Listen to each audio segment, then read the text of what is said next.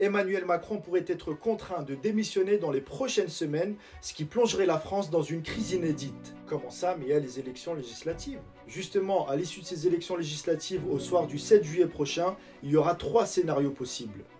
Soit une majorité absolue, 289 sièges pour le camp majoritaire. Le président nommera un premier ministre issu de ce parti, c'est l'hypothèse la plus claire et stable pour la formation d'un gouvernement assurant une gouvernance sans blocage parlementaire majeur. Et d'après les sondages, on est loin de cette majorité absolue à l'Assemblée nationale.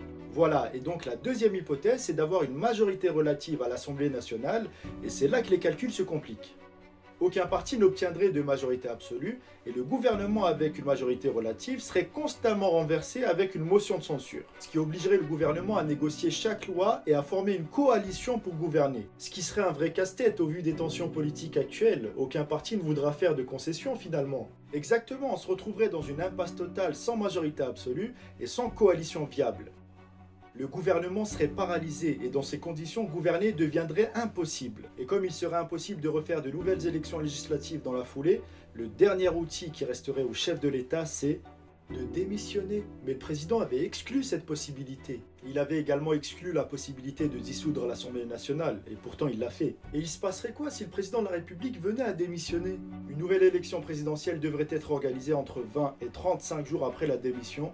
Entre-temps, c'est le président du Sénat qui assurera l'intérim. Wow, les prochains jours s'annoncent pleins de suspense.